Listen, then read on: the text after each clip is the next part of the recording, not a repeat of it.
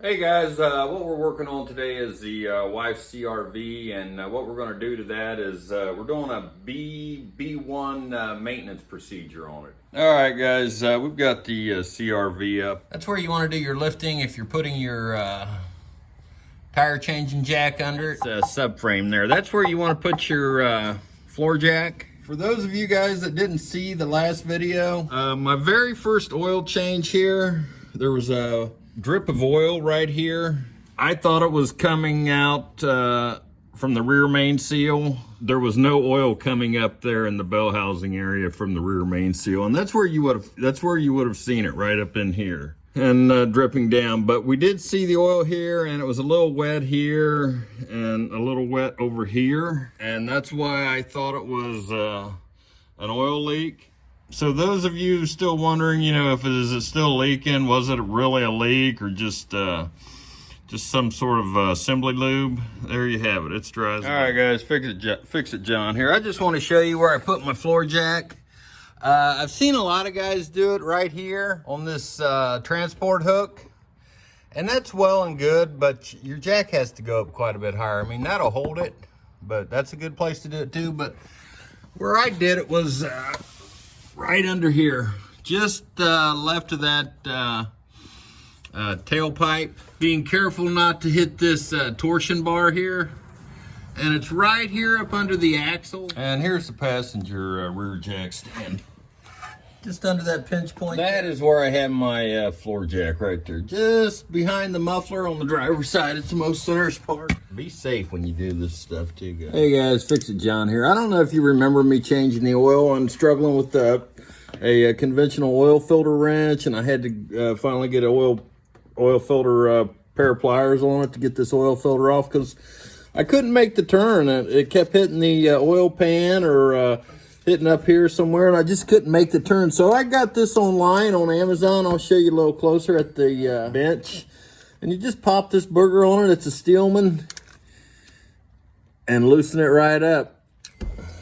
And then you can get it by hand. It's a Steelman. And what it is, if you get one, it's got an excellent, really, really good, looks like a auto weld on it. But this nut here is welded, and there's detents in it all the way around for your ratchet. But it's really solid. It's not like, it doesn't feel like pressed steel or anything. It's pretty thick. What you want to look for is 14 flutes, and that's this right here. You got 14 little flat spots. And then you also want to look for 64 millimeter. Looks like it's part number 96663. And it's 64 millimeter by 14 flute. Hey guys, Fix It John here. We have our service manual out here, and the reason why we have it out is because we need to do some maintenance. And the maintenance that we need to do, replace engine oil and filter, is a B. And the one down here is to rotate tires. But when you're in the B section, you also have to, they want you to inspect the front and rear brakes. We can do that. Inspect all these items. Tie rod ends, steering gearbox, boots, suspension components. We can do that. Drive shaft boots.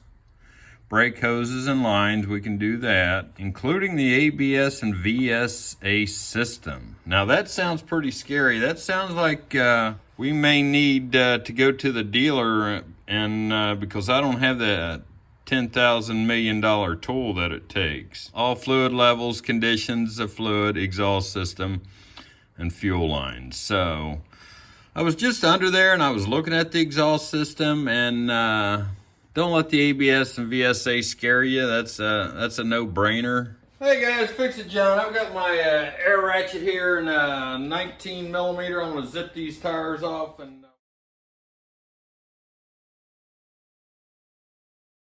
the book says, take the fronts and shoot them straight back, and take the rear tires and X them to the front. And it doesn't matter, it really doesn't matter if you shoot the rear ones straight up and X the front ones to the back, or shoot the front ones to the back and X the rear ones to the front.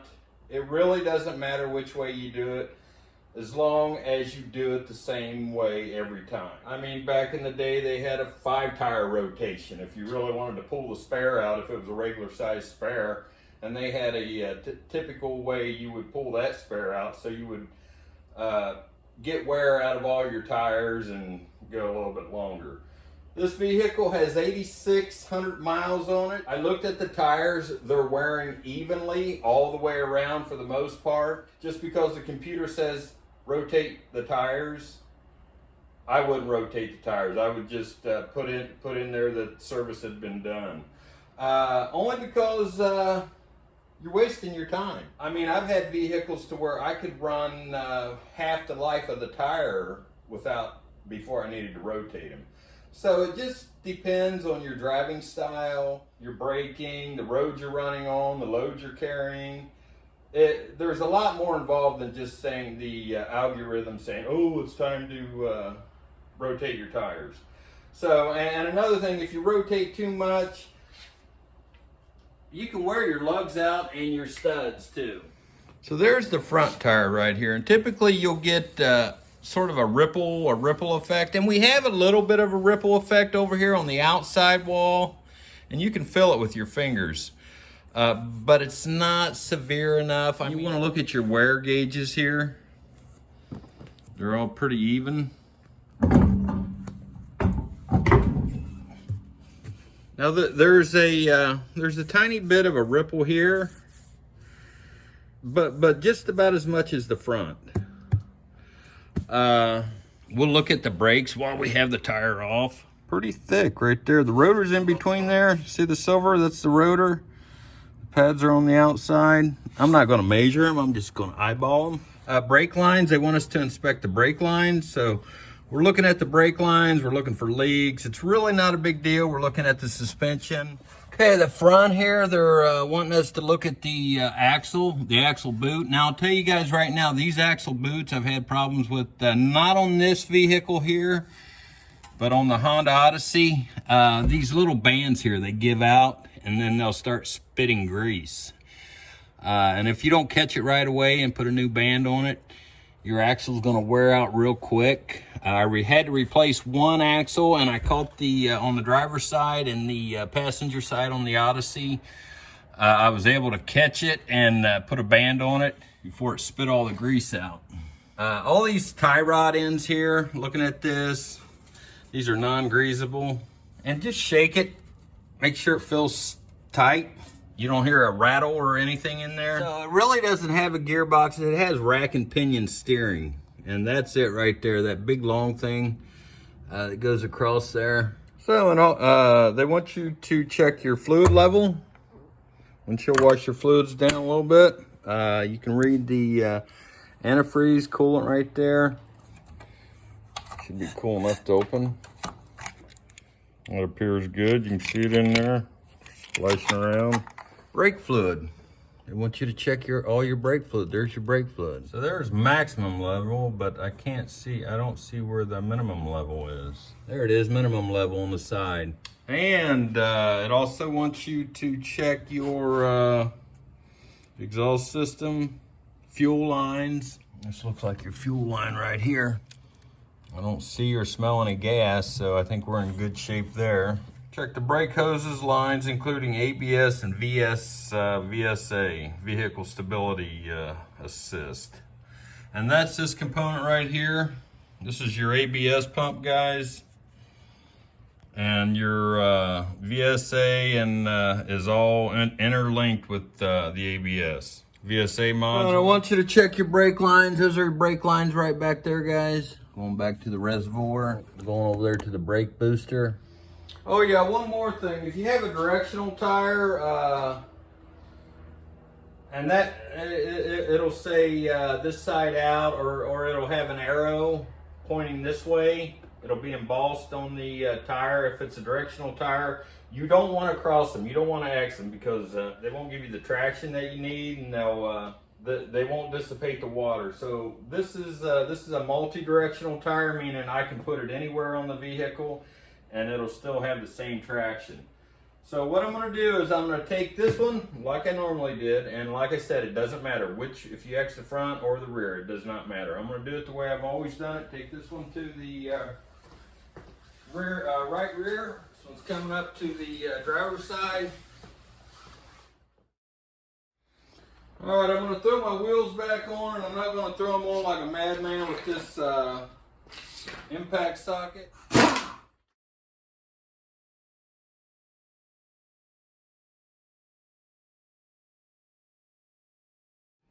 Wiggling the tire to make sure, the wheel to make sure it's gonna seat. So this is the last one we have to put on here. And the last one. The torque specs are 80. I want to make sure they're on there. That precious cargo in this car. All right, guys, we're here in the driver's door jamb, and we're going to check the air in the tires. So it requires front tires, 33 PSI, rear tires, 30 PSI. All right, guys, Fix It John here. We're in the CRV 2019 CRV. Let's see if we can reset that oil life. And so whenever you have this little eye here, that means something's going on and they want you to read the maintenance due. So let's push that. And what's due is the 5% oil life. And where I pushed that was right here on the steering column.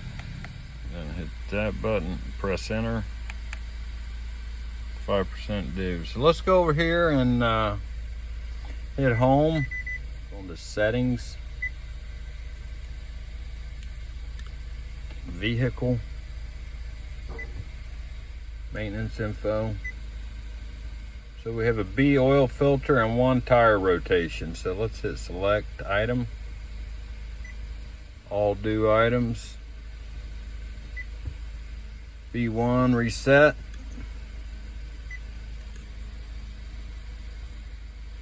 And there's the oil life reset. Okay, now we have to go to, since we rotated the tires, TPMS calibration. Let's do that.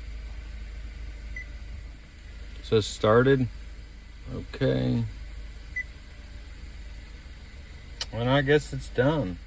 All right, guys, here's the VSA system. To know if it's working, I mean, you really don't have to take it in and it went off. Now watch it go off. If you can turn the VSA off right here by this button right here, now it's off. You can do normal driving with that off. So if that's ever on, it's either one of 3 things. Issue with your VSA system. 2, you have the button, you have it turned off manually. Or 3, you have the wrong size tires on it that can initiate that VSA off. And what the VSA does, it works harmoniously with the anti-lock braking system. So if those 3 lights light up when you're starting and then go off, everything's working perfectly.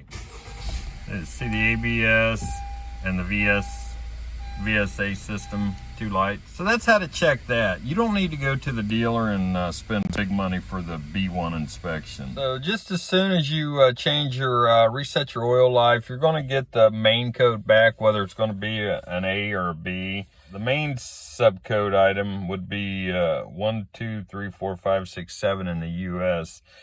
It will not appear until you reach 15% oil life.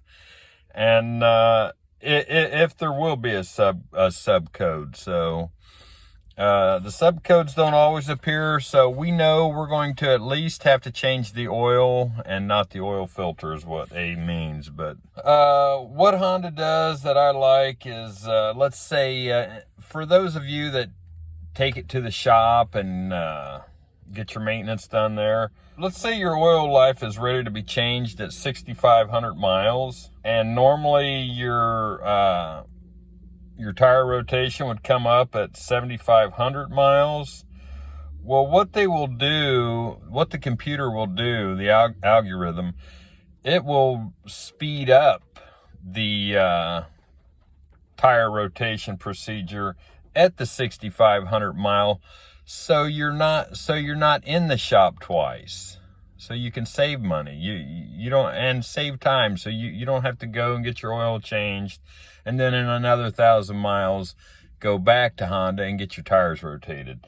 So I like that about Honda. Remember guys, this is Fix It John. I hope this video helped you. If it did, like and subscribe. Give me a thumbs up. I appreciate it. If you have any questions, drop me a line down below and I'll try to answer them best I know how. But I'm here to give you guys a little confidence and save yourself some money.